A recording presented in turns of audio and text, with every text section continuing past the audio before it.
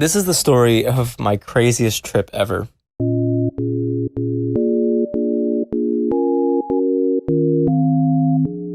On July 5th, 2019, I bought a bike from a guy named Carl. My aspirations dangerously approached Don Quixote levels, and so I chose to name the bike Rocinante.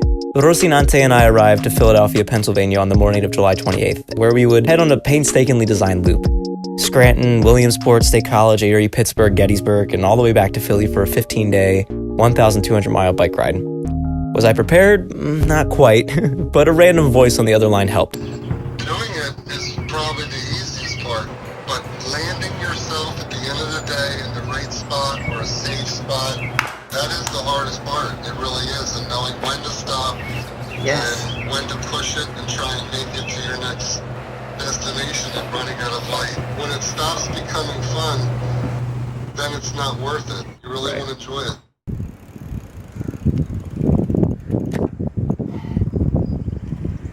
If I was creative and somewhat successful, this is the part of the video where I transition into today's sponsor. Instead, I want to explain the organization I was benefiting during my tour, Child USA. They're a nonprofit based in Philadelphia who battle child abuse and neglect through policy and research. But most importantly, they've got a lot of graphs.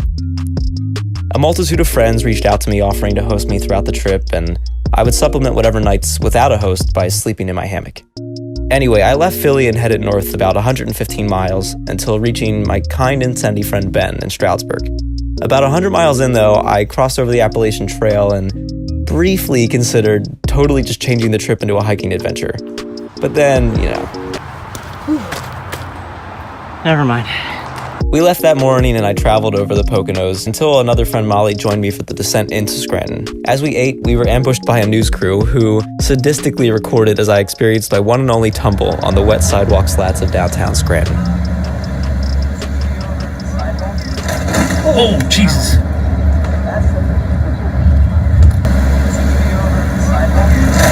Oh, Jesus.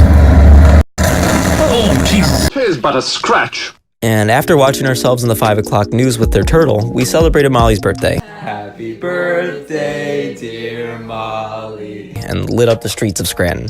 Heading west, I dropped Molly off in Wilkes-Barre and cycled to my friend Ryan near Williamsport. It rained a lot, and he didn't bring a helmet, but who cares, because we found the Little League World Series.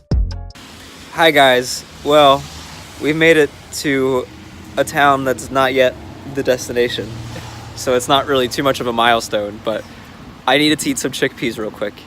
That's all. Ryan's here.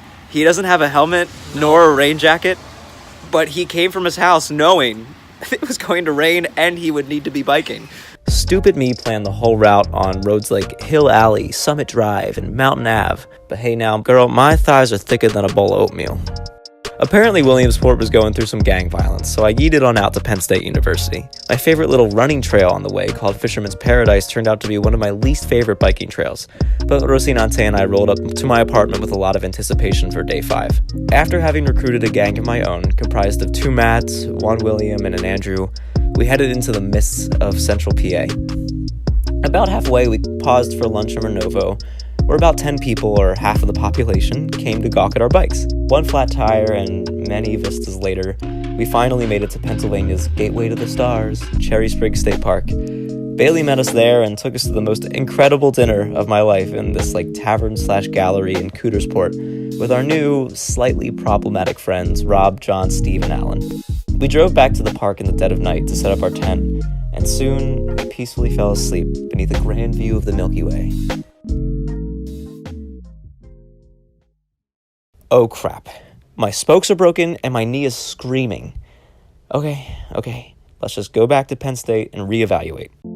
Some many hours later, I had to make the decision to drastically edit the route. I headed south and east towards Huntington. William rode with me halfway and Austin camped with me that night. The next morning, I stopped to use the restroom in Mount Union, but I got a flat from this tall curb that had damaged Austin's bumper just the night before. Lost time aside, I crawled up these 2 mountains separating me from reaching Carlisle, against the better judgment of my still aching knee. I should add that Rocinante loved the education he was able to receive at the various schools we found along the way. Justin hosted me in Carlisle, where I ate about 2 pounds of chickpeas until I departed again for Lancaster. I got to visit Justin's stepmom, Deb, at work, and passed through the state capitol before reaching my friends, the Fishers, in Hummelstown. A few rounds of wood chips later, I made it to Matt and Joanna's house in Leola. Because Lancaster County is just a cover-up name for one big cornfield, our dinner came straight from their garden. The next morning, I raced against many horse and buggies through the crudely named Amish towns of Intercourse, Blue Ball, and Bird in the Hand, Pennsylvania. Yep, they're real. There were a lot of things in my way this day, but eventually Rocinante and I arrived in Downingtown. After some pelicans, water ice, and cheap Chinese food, I was approached by this quirky old man named Craig, who was just about to leaf blow a local gazebo for fun, and in between spurts of leaf blowing, he'd tell me all about his granddaughter with massive quads or smart Villanova classmate who almost invented perpetual motion. I have his phone number and we send each other puzzles now. I ate dinner with my friends Dom and Steven in Westchester that night, where we decided to sign up for a 1-mile race in Henderson 2 nights later. Tomorrow was the big day, though. I planned on biking all the way into Philly and ending my tour. I found my way onto the Schuylkill River Trail, only miles away from reaching the rocky steps of the art museum, and I was beginning to cry with a lot of anticipation. I'd come so far and experienced just so much, and then I made it. But little did I know that I still had about 40 miles left in my trip. Whoops.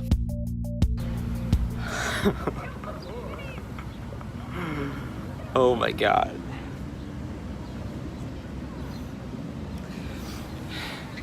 I was on my way here on the Schuylkill River Trail, and I was like tearing up. Oh god. Should I stop by Child USA, their office? Maybe. Andrew and I made plans to eat lunch in Philadelphia.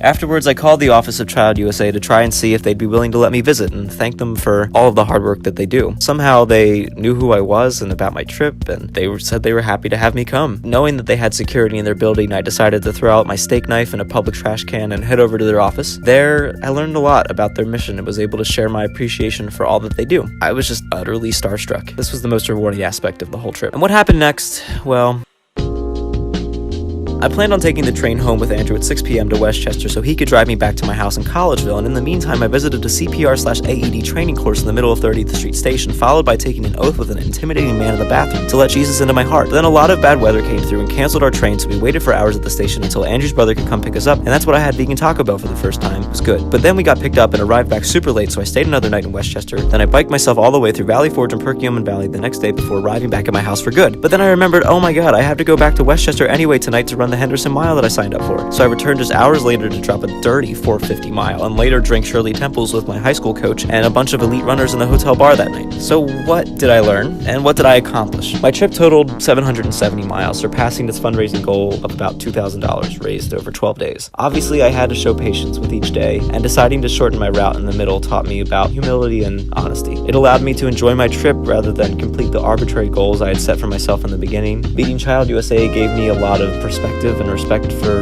those advocates. But most of all, I learned about the power of kindness. It took an ensemble of small gestures and host families and sendy friends to get me through that trip, which is why I don't even feel right calling it mine. Thank you to everyone who hosted me, cooked my meals, dressed my wounds, gave my cause a platform, rode with me, encouraged me throughout, and donated to Child USA. But I've been glossing over one detail. Why the heck did I do this trip? I'd always wanted to go on a crazy big trip, but it was the impact I knew I could have on child abuse that motivated me to plan and complete it. It's a subject that's very personal to me for a lot of reasons, as many of my friends and I have had to overcome some awful childhood experiences. I wanted to use my tour as a symbol of strength moving beyond abuse, and represent the power of how much a community can accomplish. Unfortunately, not enough people intervene, even when they recognize that a child is being abused, which is probably the worst thing you could do for that child. Abuse has lasting impacts on children as they become adults, and I'm lucky to have a firm grasp on what has happened to me and not blame myself for it. So I plan to use my time and perspective to continue to educate people about child abuse, as well as support Child USA's initiatives. If you're curious about Child USA, you can visit their website, childusa.org. Please consider making a donation to benefit their very common sense initiatives.